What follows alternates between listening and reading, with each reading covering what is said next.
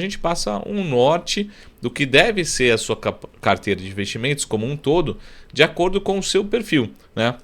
Marco, eu tenho um perfil conservador, ela vai ser muito diferente de quem tem um perfil agressivo, né? Quais são esses investimentos? Não só os investimentos diretos, mas também vale ao mesmo conceito através de fundos. Então, se você tiver um perfil mais conservador, dentro da sua estratégia, dentro da sua alocação, junto com o seu assessor, com o seu consultor, ele vai sugerir, né, seguindo também a opinião de estrategistas, de analistas, uma alocação de acordo com o seu perfil.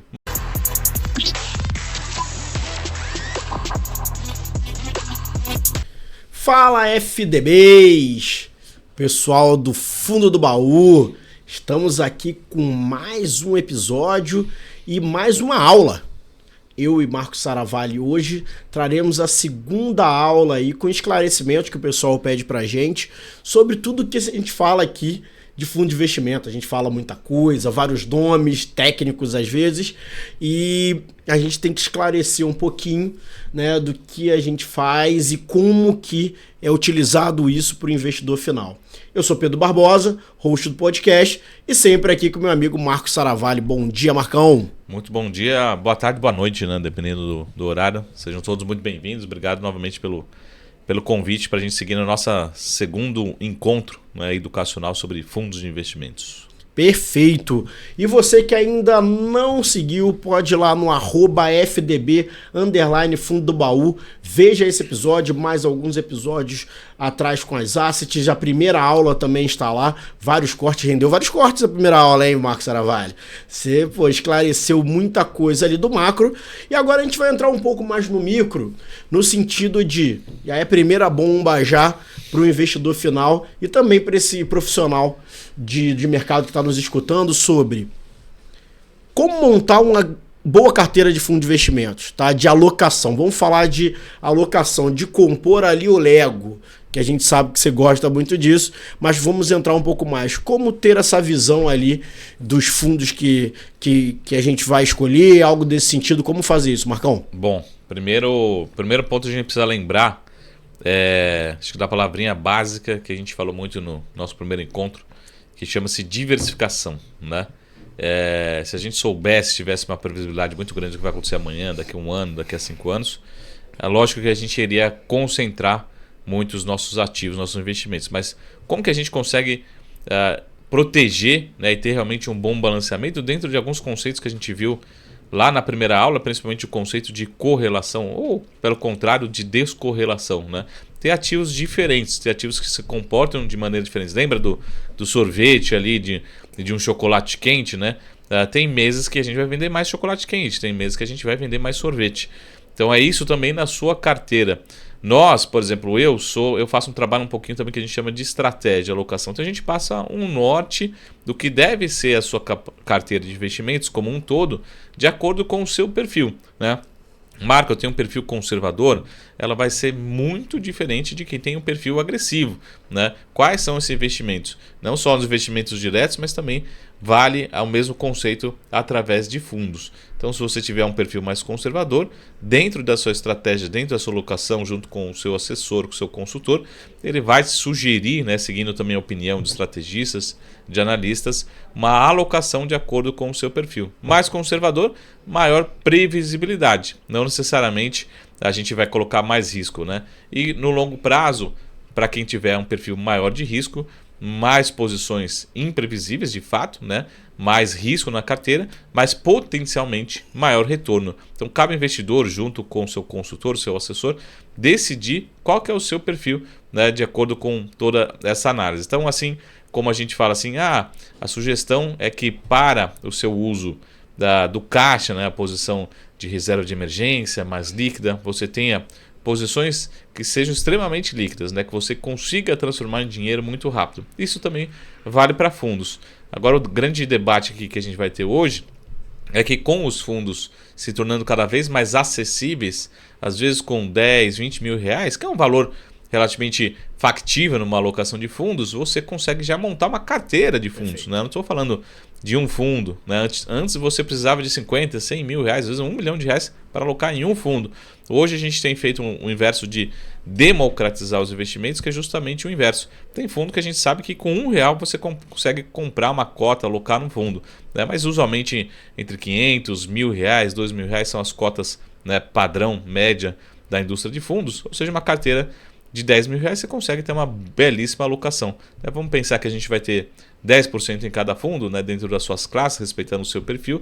Você está falando de uma alocação em 10 fundos diferentes, com gestoras diferentes, com alocações diferentes, que vão entregar riscos diferentes e performances também diferentes. Né?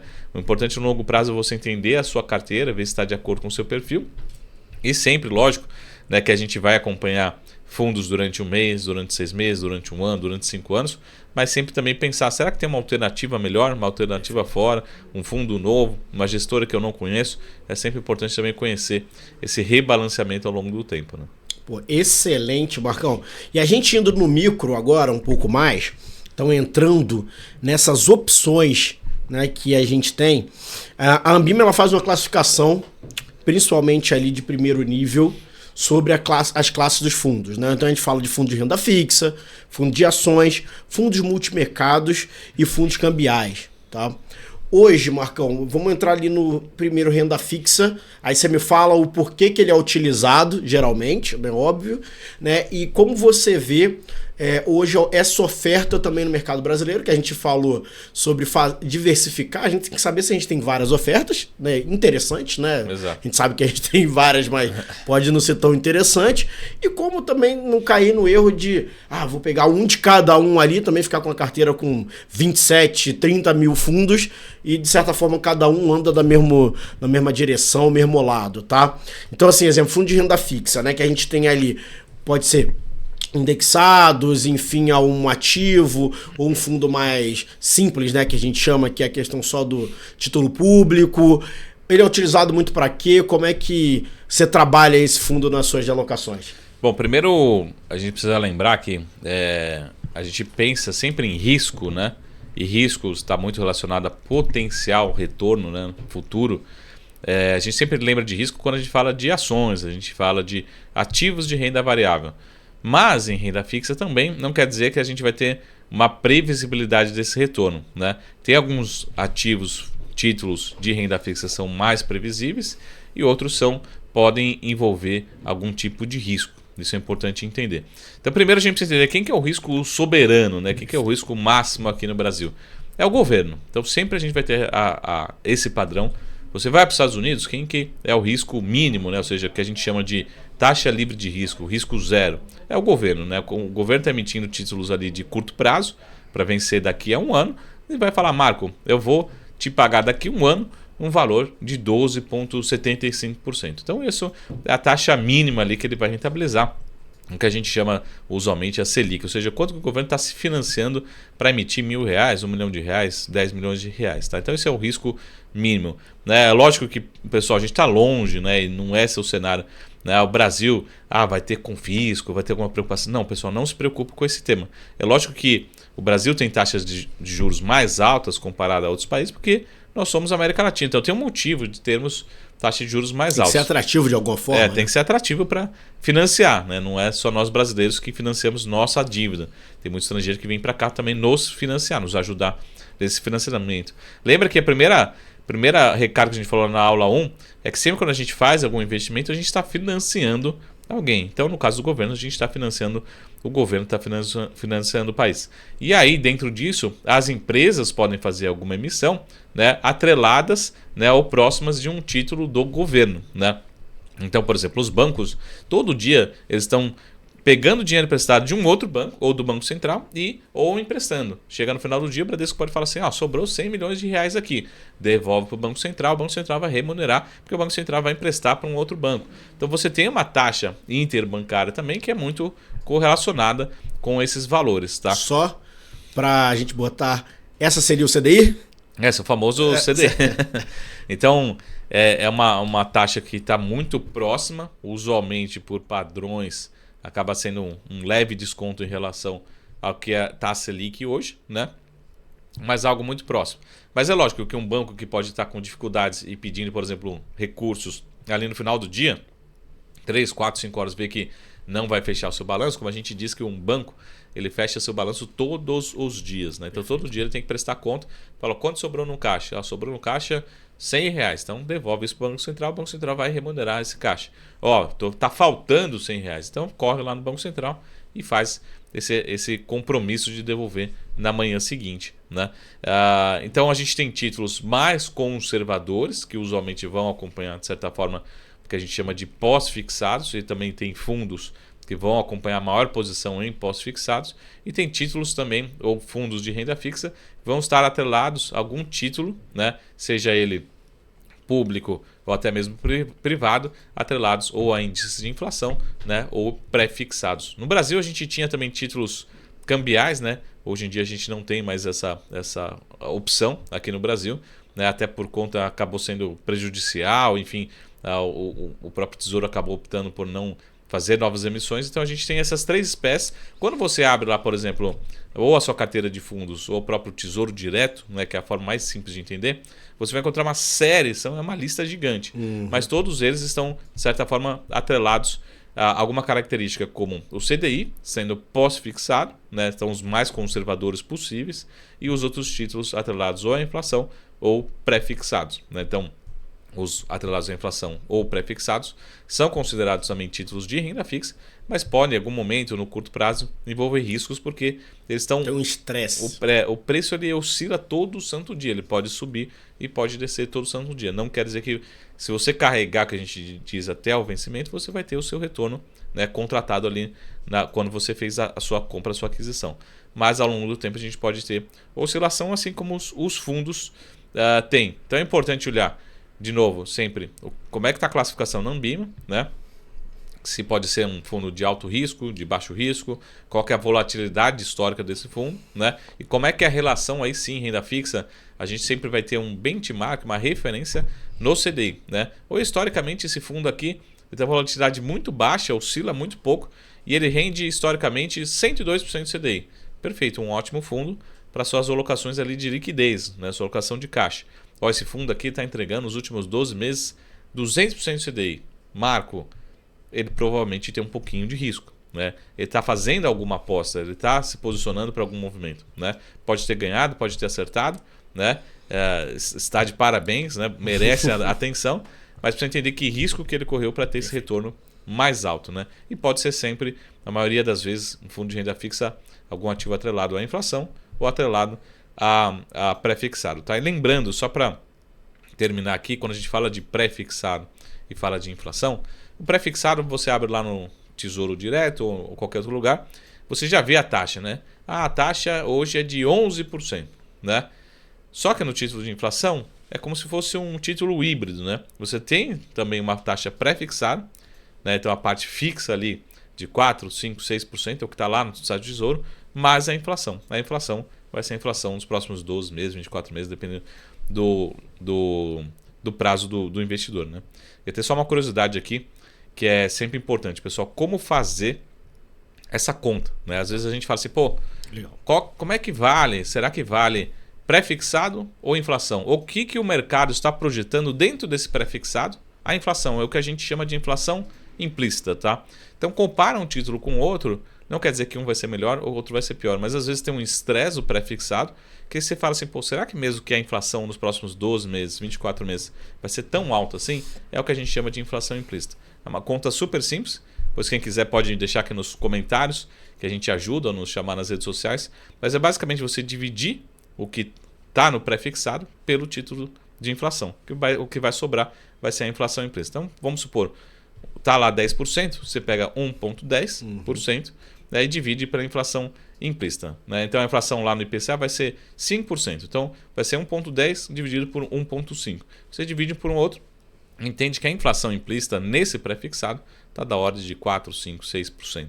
E você vai entender que às vezes tem exagero, que é uma pergunta que a gente recebe sempre, né? Quando precificar, né? Ou quando colocar pré na carteira ou não, né? Então esse é um recado, uma conta simples que todo mundo deveria fazer, né? E parece realmente uma matemática muito complexa, mas é muito simples para entender que é o que a gente fala nas mesas todos os dias, né? A famosa inflação implícita dentro de um título pré-fixado.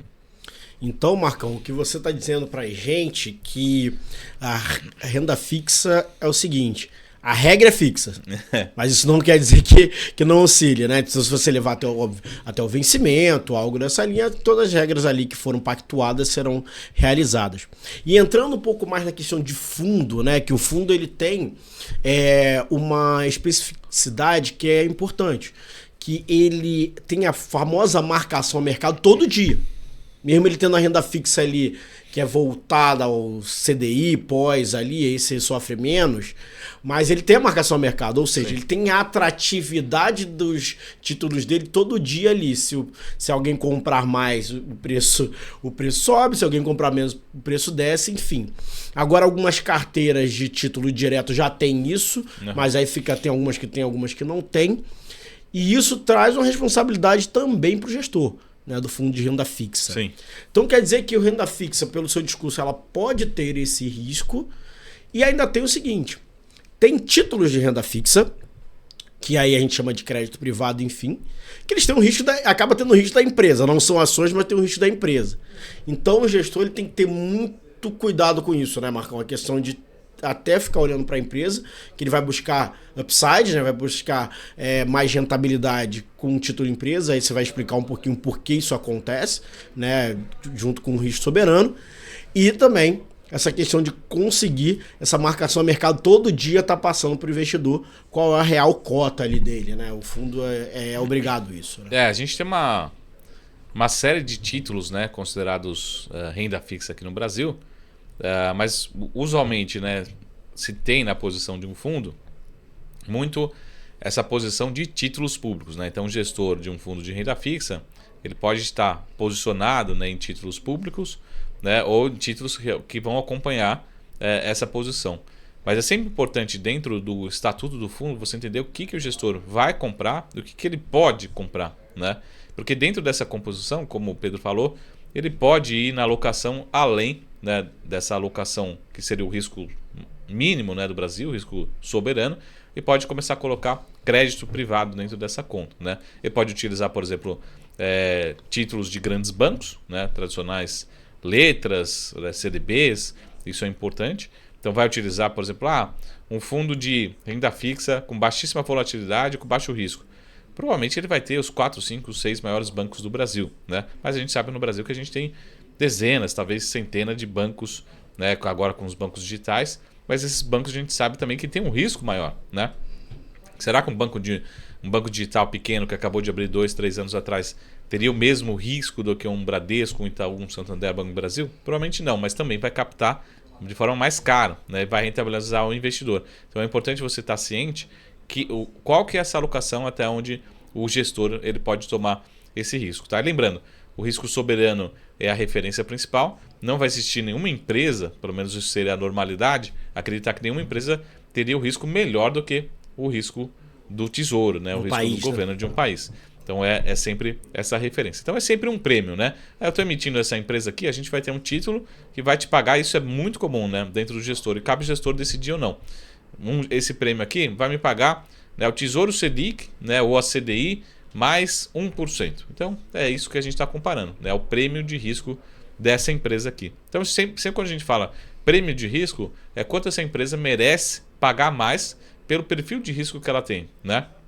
De novo, quanto menor aqui o prêmio que a companhia tiver e o seu retorno, também menos risco você vai estar correndo. Então tem empresas gigantescas, né, AAA que a gente chama, Ambev, Vale, Petrobras, né, os próprios grandes bancos, eles tendem a fazer emissões muito mais baratas, muito mais próximas do nosso título, nosso risco soberano. Empresas menores vão ter o risco maior e com certeza o inverso também vão entregar um retorno maior. O gestor vai caber a ele tomar essa decisão de quanto que ele vai colocar, né, aplicar, fazer a gestão, né, dentro do seu portfólio, mas dentro sempre do seu estatuto, dentro do seu mandato, né? Pode ter um título ali, por exemplo, um título privado, né, uma debênture, uma dívida de uma empresa que pague, por exemplo, 5%, 10% acima do que está pagando um título público naquele mesmo período. Ok, vai trazer muito retorno para os cotistas, para os clientes, sim, mas também pode trazer muito risco, um risco desnecessário, né? Imagina agora no curto prazo, no ano 2023,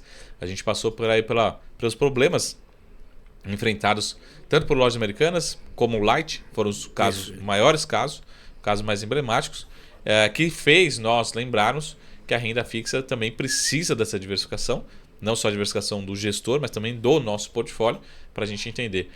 Provavelmente um fundo muito mais conservador não tinha R$1 em lojas americanas ou em Light. Um fundo muito mais agressivo que poderia estar performando bem, fala, Marco, esse fundo vinha performando bem nos últimos 12 meses, 8 meses, e tinha uma posição muito grande em Americanas e Light, porque ele vinha correndo muito risco, né? Mas o risco também a gente só vai entender dele quando acontece, infelizmente, né? E quando acontece para baixo. Quando acontece para alto, a gente não entende de risco. Né?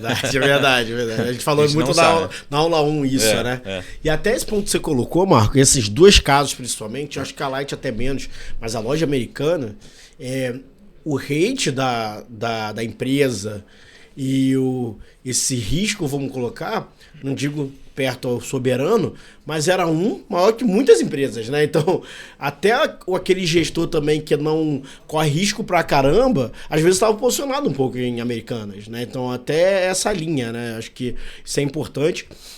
Isso talvez seja explicado, você que passou mais, tem mais idade do que eu, explica um pouquinho também a questão do subprime lá de 2008, né? Acho que foi uma crise de crédito muito grande nesse sentido, né? E aí você, para performar mais, realmente, você coloca mais coisas que não são muito explicadas aí pro business. E só o último ponto ali nessa renda fixa, porque a gente vê, e aí cabe da gente, da parte comercial também, deixar isso bem claro, a gente vê muito essa venda do fundo de renda fixa como um simples fundo de renda fixa, né? Tipo, cara, é renda fixa, de boa, vamos colocar aqui, aí fica ali 110 do CDI, que aí você já tem que abrir o olho, algo desse sentido. E no Brasil a gente também não tem tanta empresa e tanta liquidez para um crédito privado, enfim, né? O que você vê como importante ali do investidor junto ao gestor, entender ali nessa composição desse fundo de renda fixa ali, se ele realmente... Acho que vem muito da questão do para que ele quer, né? Sim. Por reserva de emergência, será que botar em crédito faz sentido ou não? O que você vê ali nesse alinhamento? A gente até transborda um pouco para um outro tema, que a gente pode falar daqui a pouquinho. Mas voltando... Tocar ficha no tempo, pode botar. Vamos embora. Um tema em relação a fundos imobiliários, né? Sim. A gente como o fundo imobiliário é muito conhecido, muito comentado, e as pessoas físicas erroneamente acabam escolhendo os fundos pelo histórico de maior dividend yield, né? Isso também vale para um fundo de renda fixa, né? Se você olhar o histórico, quem está rentabilizando mais, né? Não, você tem que olhar. Tem um outro indicador que eu gosto muito, chama-se Sharpe, né? Ou seja, ajustado pelo risco, né? Tudo bem, mas esse fundo está dando 150% do CDI, mas está oscilando 10, 20% num ano, ou seja, num ano ele pode subir 20, 30, no outro ano ele pode cair 10, 15, enfim. Tem uma volatilidade, uma oscilação projetada possível muito grande, né? Isso traz uma incerteza muito grande. Então a gente só vai lembrar de novo, como o caso do fundo imobiliário.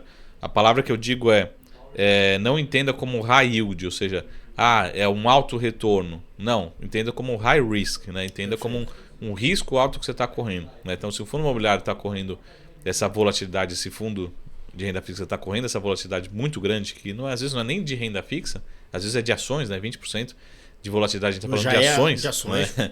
E ações já um pouquinho salgado, né? Você precisa interpretar também na sua renda fixa. E voltando para o caso de 2008, a gente precisa entender também que o mercado financeiro ele é muito mundial, brasileiro mundial, mas ele é muito criativo. E às vezes a legislação não está pronta para acompanhar essa criatividade do mercado financeiro.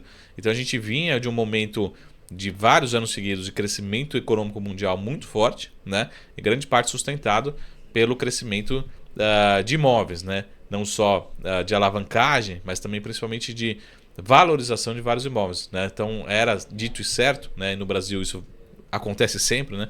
Vamos investir em imóveis, né? Que eu tenho certeza que daqui a um ano ele vai estar 10% maior, vai estar 20% maior, vai estar 30% maior. Então as famílias, lógico que o mercado financeiro também de uma forma bastante criativa, foi criando esses produtos para as próprias famílias se alavancarem, né? Então tinha muita gente ali que não tinha aonde moravam, vamos dizer assim, então vivia de aluguel, vivia de um financiamento, mas tinham 2, 3 imóveis, hipotecas diferentes, se alavancava uma em cima da outra. Então foi se criando, até teve um termo em inglês que surgiu na época, que é um termo chamado ninja, né? Mas traduzindo, era você emprestar recursos para quem não tinha nem lucro, nem renda, nem salário. Nada. Né? Nada. Você não nenhuma. Não precisava comprovar nada. Você batia no banco e falava assim, eu quero uma hipoteca aqui, eu quero me alavancar. Tá bom, o que você tem? Eu tenho um quartinho aqui, né? Um quarto e sala no Brasil, né? Um estúdio, vamos supor que o brasileiro conhece bem. Tudo bem, pode comprar 10 vezes o estúdio que você tem. Então, isso foi se alavancando muito tempo, né? Acabou se criando uma supervalorização dos imóveis, mas que de certa forma praticamente eles não existiam, né? Não existiam todos esses imóveis ou toda essa capacidade dos ativos reais cobrindo toda essa necessidade de alavancagem.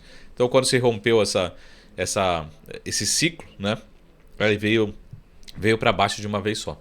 Então essa é a preocupação em relação a investimento. Então como a gente faz na renda fixa? Do mesmo jeito, né? Então se você entende que tem um fundo ali que ele está com uma baixa volatilidade, o histórico dele, o mandato dele é baixa volatilidade, é uma posição super conservadora. Mas Marco, eu quero isso aqui, eu quero ter uma posição maior nesse fundo que está entregando 200% de CDI nos últimos 6 meses, 12 meses, eu quero ter só esse fundo aqui na minha carteira. Tudo bem, você não está comprando, né, um alto retorno, você está comprando um alto risco, né? E precisa ver se isso faz sentido dentro da sua carteira. Então vale para renda fixa, vale para fundos imobiliários, né? Tendo essa percepção. Então, de novo, você está adicionando alto retorno? Não, você está adicionando alto risco. Entenda antes do risco, depois olhe o retorno, verifique o retorno. Né? Às vezes acaba realmente não compensando. E a gente não faz, como a gente viu lá na primeira aula, a gente não faz essa conversa entre os fundos. Né? Não adianta ter só renda fixa de alto yield, né? De alto retorno, né? Porque quando você tiver um mês negativo, a sua carteira inteira vai ser negativa. Vai sofrer muito. Então, mas Marco, eu estou tendo renda fixa, eu estou tendo menos 2%, menos 5%. É possível? Pela volatilidade. Então, olhe também se você tivesse uma boa diversificação. É possível? Mas algo muito mais próximo do zero se você tiver uma diversificação, mesmo em meses ruins. Né? E isso vale para fundo imobiliário, para fundo de ações. Né? Isso vale um pouco para tudo, em termos de alocação através de fundos. Né? Pô, Marcão, excelente pra gente ter na mente que não é tão simples a renda fixa, né? Enfim, a gente consegue ter ali dentro muita criatividade se o gestor quiser. Então a gente ficar de olho que a própria carteira de fundo de renda fixa consegue ser trabalhado. Na fogueira, em coisa rápida. Você acha assim que claro, você pode ter ali estratégia, mas hoje no Brasil, se você for compor uma carteira toda só de fundos, carteira de investimento só de fundos, você acha que cabe ali mais ou menos quantos fundos de renda fixa? Acho que passar de 4, acho que fica muita coisa já, não? Tem que pensar na composição do cliente, né? Do investidor, do perfil dele. Então, se é um cliente que vai ter um conservadorismo muito grande na sua carteira, né? Praticamente tem uma chance muito grande de quiçá nem sugerir alguma posição em renda variável. Renda variável, digo ações de fato, né? Aí ele ficar só ali no renda fixa. Só com renda fixa, no máximo ter algum fundo imobiliário que é renda variável, mas tem menos oscilações, né? Então aí a gente consegue ter uma carteira mais pulverizada, né? Vamos pegar uma carteira aqui de 100 mil reais, a gente consegue diversificar em maior quantidade de fundos, né? Agora, usualmente, uma parcela de renda fixa tradicional, né? A gente está falando de uma composição bastante reduzida, não precisa ter muitas posições, porque também a gente começa a transbordar um pouco para outra classe de fundos, né, que acaba tendo ali a sua correlação, mas é uma outra classe que são os famosos multimercados. Que vamos falar depois aí no próximo bloco. Então, justamente isso, não confundam a sua alocação em renda fixa, que precisa ter sim uma altíssima previsibilidade, com os multimercados. Os multimercados, para mim, é para adicionar também potencial retorno, para entender um pouco o perfil de risco. Então, usualmente, 2, 3, 4 fundos de renda fixa torna-se necessário e suficiente para uma boa alocação em renda fixa. Né? Aí a gente começa a transbordar um pouco para multimercados particularmente, que aí é para adicionar e já sai um pouco do mundo. Né? A gente acaba tendo benchmark relativamente parecidos, né? Ou comparáveis, mas é uma outra categoria de fundos. Né? Só para você que pegou esse início, né? Me explica como que foi criado no Brasil a questão do multimercado. Como é que foi isso? Bom, se vocês pesquisarem na internet, olharem fundos, isso acho que talvez Soros seja um dos grandes representantes. Temos diversos outros representantes, investidores, gestores, mas George Soros acho que tem um histórico muito grande, que são considerados fundos hedge, né, ou fundos, enfim, mais agressivos, né, os famosos hedge funds, né. E por essa classificação internacional, né, procurou-se trazer para o Brasil dentro de uma classificação. Mas lá fora, quando vocês forem olhar filmes, vídeos, enfim, acompanhar aqui no FDB, vocês vão entender que existe um tom um pouco preconceituoso entre os hedge funds, porque sempre estão apostando algo contra, né? Algo que dê muito errado, pode ser uma moeda contra outra, pode ser, eu estou apostando que essas ações vão cair, né? Então, geralmente tem os fundos comprados, né, que a gente vai ver em ações, famosos long only, e tem os fundos multimercado, os hedge funds lá fora. Então sempre apostando. Eu estou apostando e pode estar comprado, mas em algum movimento de estresse, né? O petróleo está a $80, eu acho que vai para 150. Então eu vou comprar opções de petróleo, né, para rentabilizar esse capital, né? Não, eu acho que a Turquia não vai dar certo esse atual governo. Então eu vou vender a moeda da Turquia, ficar comprado em dólar. Então tem todo esse movimento dos hedge funds. Quando a gente veio aqui para o Brasil, inclusive quem faz muito essa classificação é a própria Ambima, a gente tem os fundos multimercados, né, que são de certa forma classificados como os nossos, né, os brasileiros aqui, nossa versão tropical dos hedge funds. Então a gente tira um pouco dessa versão um pouco mais preconceituosa e acaba colocando os fundos multimercados. Mas se a gente olhar para a própria índice, né, como é que a gente consegue ver se os fundos multimercados estão indo bem ou mal? Entra na Ambima, né, lá tem o índice Hedge Funds da Ambima, né, IHFA, e esse fundo ele vai ser como se fosse uma composição dos fundos multimercados, né?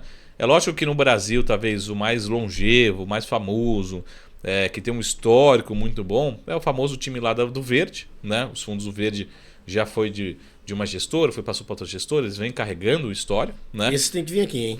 Garoto. Tá convidado o time do Verde aqui para falar um pouquinho principalmente sobre história, né? Perspectiva a gente adora falar, mas é legal falar sobre história. Então a gente tem relativamente poucos fundos com esse histórico, né, tão grande no Brasil, até porque tivemos períodos de inflação, troca de moeda, enfim. Então a gente está falando da maioria deles de 94 para cá, né? Na verdade a maioria mesmo de 20 anos para cá, né? Maior período de estabilização econômica no Brasil. Então são fundos que vão fazer suas apostas, é lógico, dentro de um mandato, né? O objetivo é sempre rentabilizar o capital dos cotistas, dos seus clientes, rentabilizar. Então, assim, que a gente chama, qual que é o custo de capital, Marco? Qual que é o meu custo de oportunidade, né? Olha sempre, o mínimo é eu entregar o que está entregando ao Tesouro Selic. O Tesouro Selic está entregando 12%, eu espero que esse gestor nos próximos 12 meses entregue 12%. Então, isso é o que a gente chama de benchmark, a referência. Então, os fundos multimercados, a maioria tem como essa referência aqui no Brasil, né? Isso está lá, primeira informação que você vai ver junto com o seu assessor, com o seu consultor, qual que é a referência dele. Alguns mais agressivos colocam, não, é a renda fixa, é o CDI, né? É o pós-fixado, mais 1%, mais 2%, mais 3%. Então, esses são mais agressivos. Mas também, alguns fundos, eles vão cobrar possivelmente uma taxa caso entregue essa performance acima da referência. Então, aqui no Brasil, ficou mais conhecido como os fundos multimercados, os fundos que podem, né, abertamente apostar em diversos mercados, né? Então, por isso que é o nome multimercados, né? Mas se a gente olhar para as equipes, isso que é importante acompanhar toda semana aqui no FDB, qual que é essa equipe? Qual que é o histórico? O histórico dela é a tesouraria de um grande banco. Então, esses são ex-tesoureiros que operaram no Santander nos últimos 10 anos e resolveram abrir a sua gestora. Qual que é a especialidade deles? A especialidade deles é juros, né? É Brasil, né? Eles vão operar, eles podem operar dólar, por exemplo. A especialidade deles aqui é Brasil. Um exemplo, né? Então, é importante você entender qual que é o histórico desses gestores para entender como é que eles vão, famoso, gerar alfa, gerar rentabilidade em relação ao benchmark, tá? Então, aqui no Brasil, acompanhe todas as informações. Como qualquer outro índice, eu tenho minhas críticas em relação a esse índice da Ambima, né, o índice de hedge fund da Ambima. Já pode continuar, então. Ele tem... Críticas eu gosto. Vambora, já pode continuar. Não, como qualquer índice, assim como o Ibovespa, ele tem muita Petrobras no índice, na composição tem muita Vale, tem muito banco. O índice de hedge funds Ambima também tem um peso muito grande no patrimônio dos fundos, ou seja, os maiores fundos multimercados, eles também têm um peso maior, né? Fundo verde é um peso bastante representativo. Outros fundos multimercados bastante conhecidos no mercado também têm um peso maior. Então é a mesma coisa que o Ibovespa, né? Se a Petrobras e a Vale não forem bem, é muito difícil o Ibovespa ir bem. Isso não quer dizer que a sua carteira está indo bem. O inverso também é verdadeiro, né? No caso dos hedge funds, né? Dos fundos multimercados. Né? Se a gente olhar numa janela, o índice não está indo bem. Isso quer dizer que todos não estão indo bem? Não, pode ser que os 2, 3 maiores ali não estão com uma boa performance, acaba o índice trazendo para baixo. Né? Também vale a mesma diversificação de portfólio. Né? Você quer superar essa média, você quer ter essa diversificação, né? Você quer ter um prêmio em relação ao seu custo de capital, você precisa também diversificar o seu portfólio. Né? Adoro o time do Verde, são espetaculares, são referência, tem um histórico fantástico, né? Temos algumas referências de gestão no Brasil, mas é importante também ter essa diversificação. Né? Tem gente que concentra uma parte relevante do seu patrimônio no verde, mas eu desconheço alguém que tenha a totalidade do seu patrimônio verde. Talvez um gestor, um funcionário, enfim. Mas como cliente é importante também conhecer outras alternativas, e às vezes até alternativas que funcionam melhor, né? No sentido assim, esse gestor está indo não tão bem agora no curto prazo, esse aqui está acertando bem, a estratégia dele está funcionando, isso ao longo do tempo vai funcionando também. Tá? Então, já passei aqui o momento da crítica, estamos... Até porque, né, Marcão, assim, se a gente for olhar pela classificação Ambima, o terceiro nível de multimercado, a gente tem fundos multimercados balanceados, dinâmicos, macro, trading, long short, direcional, long short neutro, juros e moeda, livre, simples assim, capital protegido e alguma estratégia específica. Então, como você mesmo falou, se você ficar preso só em um momento estratégico, você não vai descorrelacionar ali dentro, né? E você vai perder também a oportunidade de estar trabalhando outros. E aí vem minha pergunta, né, Marcão? Você falou do verde, tem vários outros, óbvios, que trabalharam, e acho que ficou bem confortável, de certa forma, do gestor usar a classe multimercado, porque é o que ele acredita ele pode colocar como multimercado.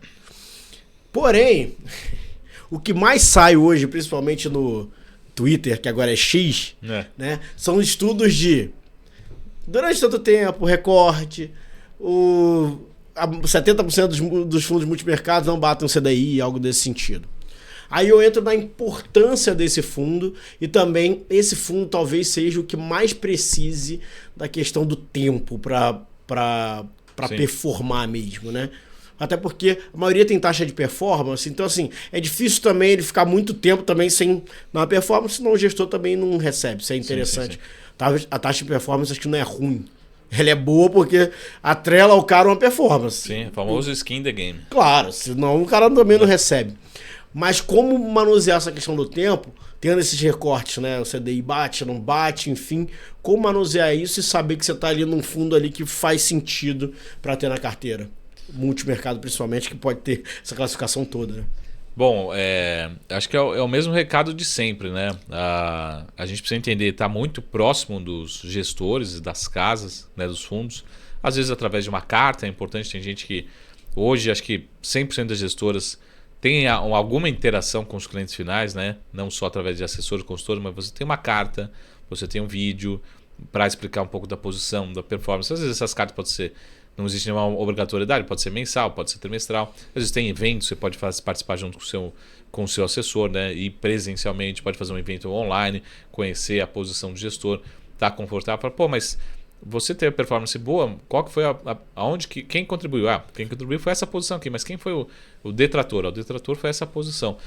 E assim como ações, né, que são investimentos de longo prazo, os fundos multimercados também, né? A gente pode pegar ali alguma janela no curto prazo, né? Por exemplo, o caso aqui da Americanas, teve um estresse muito grande por alguns meses, né? 2, 3 meses de estresse muito grande, mas quem aumentou sua posição nos fundos, né, lá em meados de 2023, né, alguns meses atrás, está ganhando muito dinheiro só com essa redução desse estresse.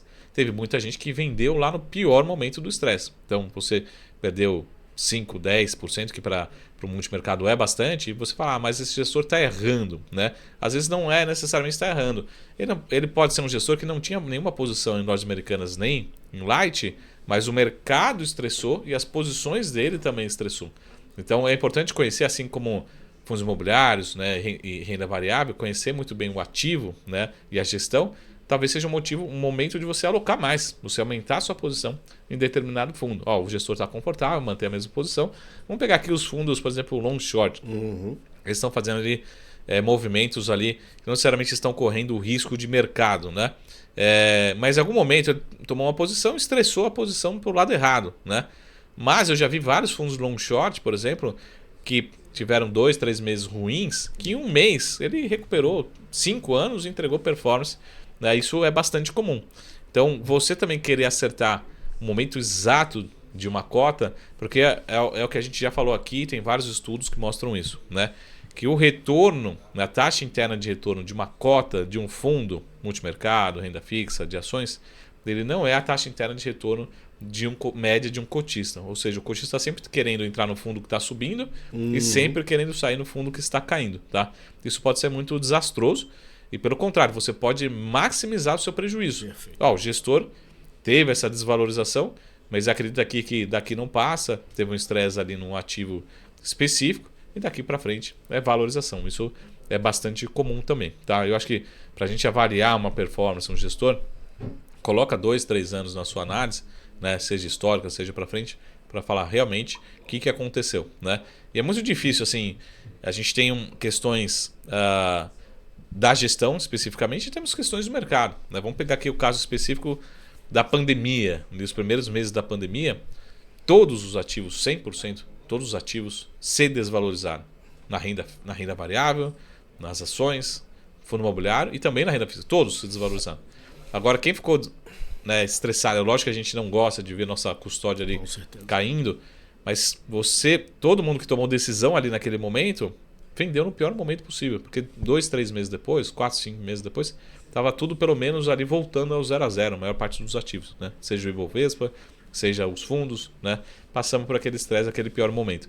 Então é importante também a gente entender que também os fundos, renda fixa e multimercado, também são alocações visando o longo prazo. Né? Só, acho que caso isolado aqui, que são os fundos de renda fixa pós-fixados, que realmente são para necessidades de curto prazo. Mas tirando esses fundos, sempre vislumbre um horizonte maior de tempo. Né? Caso contrário, você vai estar sempre questionando a cota e pode tomar alguma decisão que seja não só a decisão errada, mas seja a pior decisão possível. Né? E o recado, só para terminar aqui, o recado que eu sempre falo assim, na dúvida, a melhor decisão é não tomar decisão. Né? Conheça o gestor, ligue para o seu assessor, né? Entenda o que está acontecendo, se tem alguma coisa preocupante acontecendo. Né? Vá numa reunião pública, numa reunião privada, né? Peça maiores informações são disponíveis, né? Em cartas, em documentos. Isso vai trazer mais conforto nessa alocação. Né? E dentro disso que você falou, das caixinhas, você hoje, Marcos Saravalli, né, quando tem contato com o cliente final, enfim, o que você olha mais nos fundos de longo prazo, né, multimercados, para poder tomar essa decisão de alocação? Assim, 3 itens básicos que o cara pode olhar e falar, cara, acho que esse é o primeiro de classificação, acho que você vai falar risco, porque eu já vi. E depois mais 2 ali que o cara pode ter a mente, cara, eu tô bem nesse fundo de multimercado. É só, claro, sempre ficar de olho, não pode perder, isso é importante, não pode perder a visão ali do gestor também. Não é só porque teve uma dica ou um conselho, alocou, o fundo é bom. Você vai, às vezes acontece algo na gestão que você não sabe, um sai, o outro sai, enfim, isso acontece demais. Mas 3 pontos ali importantes para a visão desse fundo multimercado. Não, o principal ponto para mim é justamente isso, é entender o primeiro ponto de risco é se o gestor está atendendo historicamente o seu mandato de risco. Tá, né? Conversei com o gestor e está escrito lá no estatuto que ele vai correr no máximo 2% de risco. Né?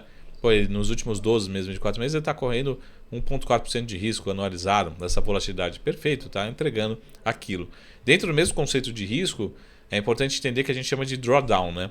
Olha para o cenário de estresse, para o histórico do fundo. O fundo tem 5 anos. Vamos olhar aqui o que aconteceu se eu tivesse dinheiro na crise do Covid, né? Março de 2020. O que teria acontecido? Qual foi o pior momento do fundo? Como é que o gestor se comportou? Né? Como é que ele tentou, né, se esforçou para recuperar, né, o dinheiro dos cotistas, né, para recuperar essa tendência? Então, mas esse é acho que o ponto importante.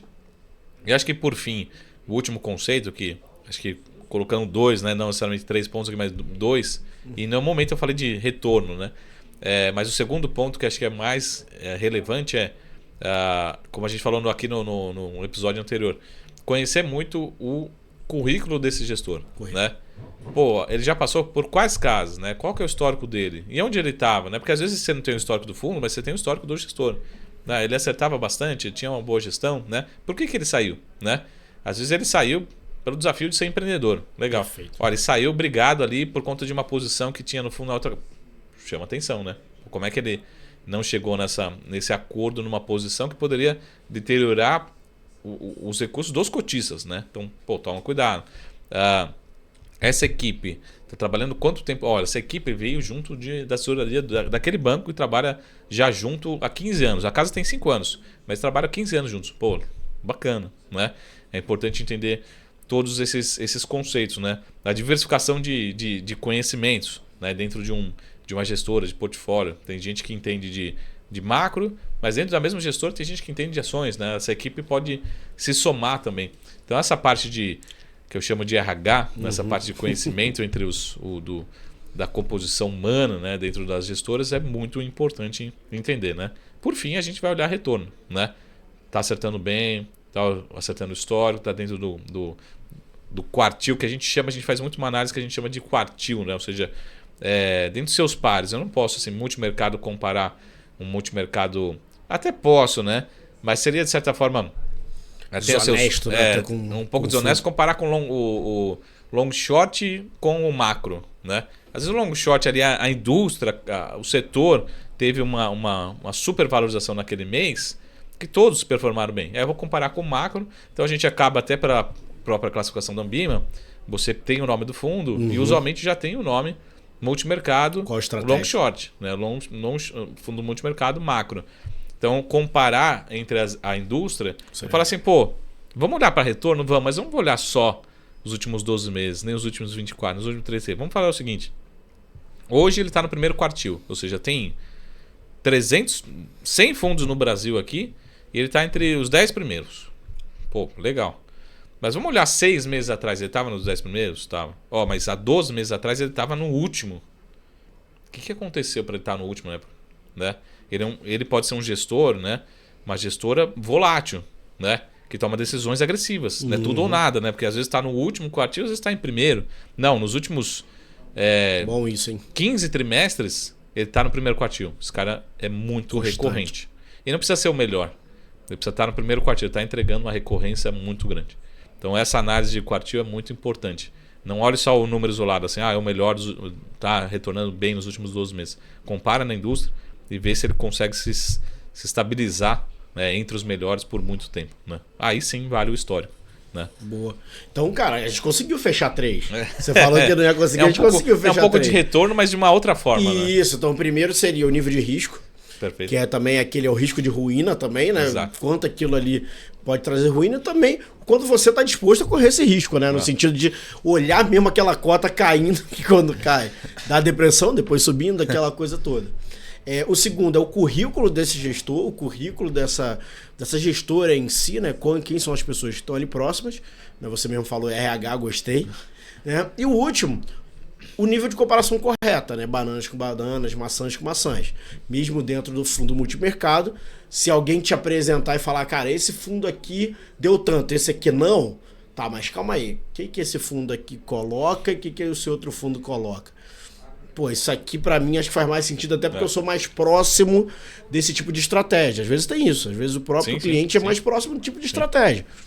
Então isso pra mim acho que ficou como uma cartilha agora. São 3 pontos pra gente poder olhar antes de colocar, porque aí o retorno, não digo vai se justificando, mas a gente vai começando a entender o porquê aquele retorno acontece. Eu acho que com essa tríade a gente consegue entender. E pra hoje a gente bater essa aula, Eu acho que cabe. O de ações vai ficar para a próxima, que é um mar, né? O de mais ações complexo. é legal, é interessante. E tem os O pessoal fundos imobiliários gosta. também. E tem o FI que a gente vai fazer junto. Agora, essa última a gente fica aí com os cambiais, porque você lá no começo falou sobre a questão de ativos de renda fixa cambial, né? Que a gente teve muito no Brasil. E aí nasce aqui, acho que na última década nasce muito.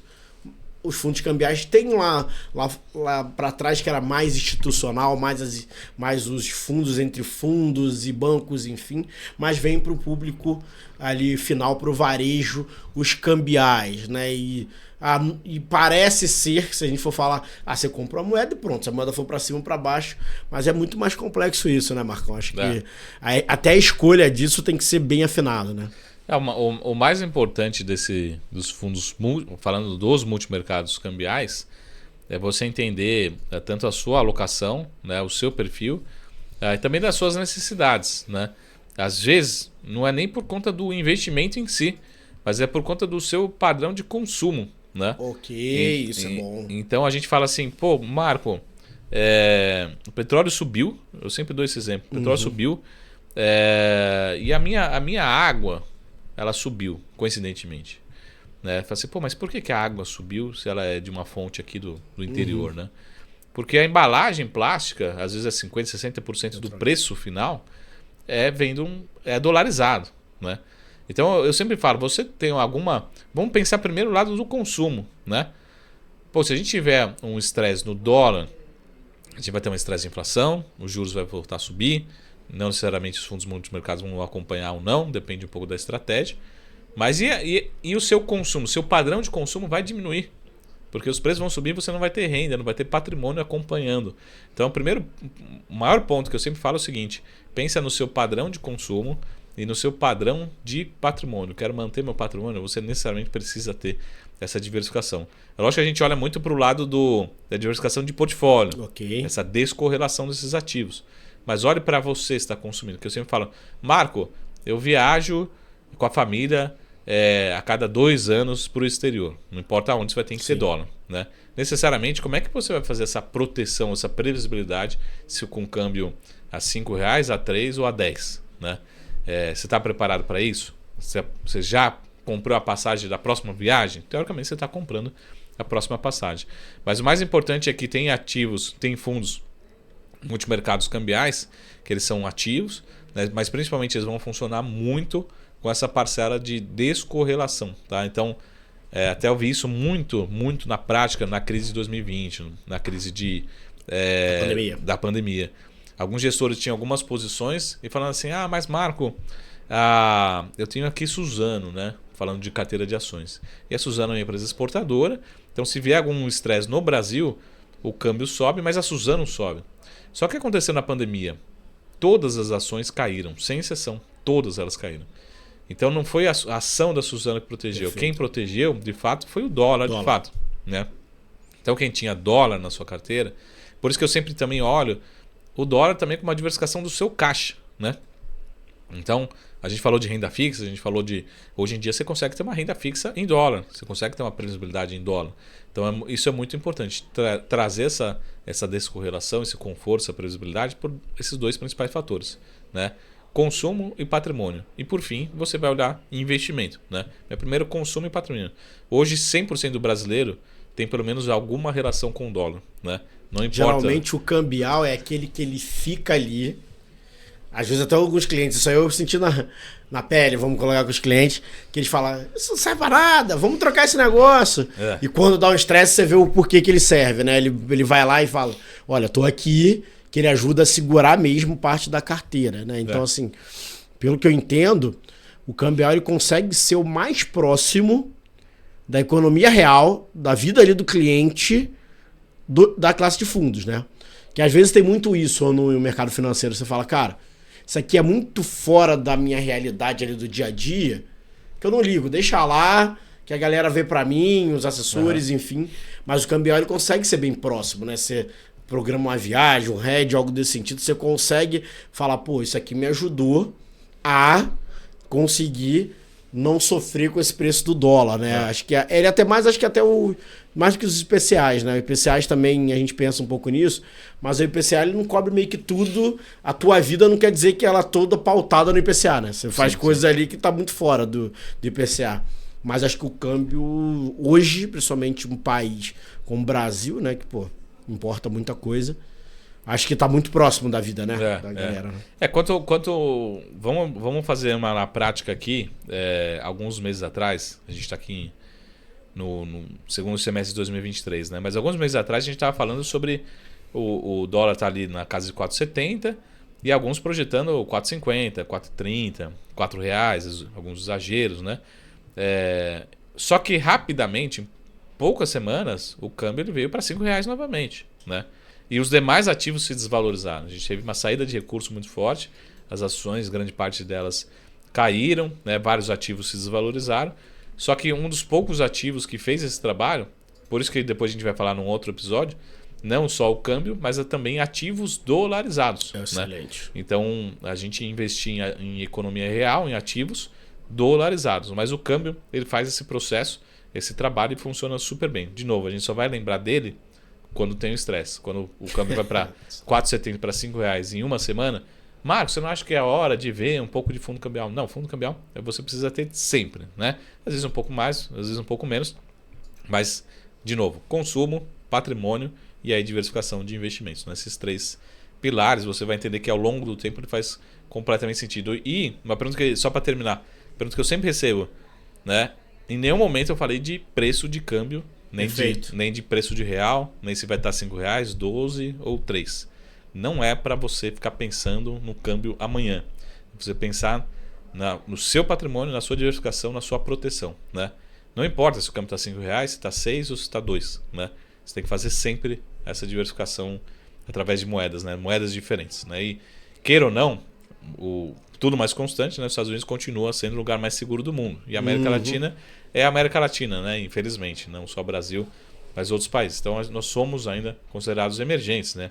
Um país pobre como uma moeda fraca, né? Ao longo do tempo pode até se tornar também, que é o que a gente vai ter em outros encontros aqui de aula, se tornar também um bom investimento, né? Ativos em dólar, né? Dolarizados. Ótimo. Obrigado. Mais uma aula. Hoje a gente falou de renda fixa, multimercado, cambial no final. Na próxima a gente... Próxima é ações, fundo imobiliário, aí o pessoal gosta. Aí dá polêmica, né? Dá polêmica.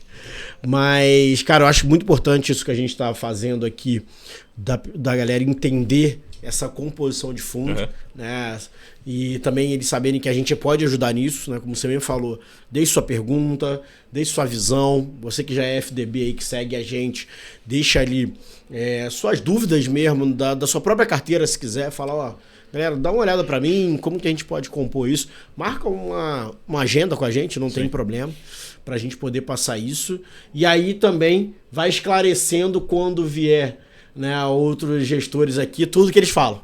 Né? Eles falam, pô, o multimercado é isso, é aquilo, outro. Então, obrigado demais, Marco. Muito obrigado, muito gentil. Se despede aí da galera. Muito gentil, até a próxima. Lembrando que fazer uma propaganda aqui, pessoal. Faça. Uma vez por mês aqui, a gente também tem um episódio especial de fundo imobiliário, que é um tema que a gente tem recebido sempre, né? E, então a gente tem tanto os fundos aqui, gestores e relações investidores aqui no Fundo do Baú, um episódio pelo menos por mês especial de fundo imobiliário. E também as nossas aulas, né? Estamos no segundo episódio, né? Se você perdeu o episódio anterior de aula aqui, é só ver e rever. É até bom ir lá no primeiro, que você vai ver que é uma sequência, né? Exatamente. Então isso é bem importante. Valeu, pessoal. Um abraço, até a próxima.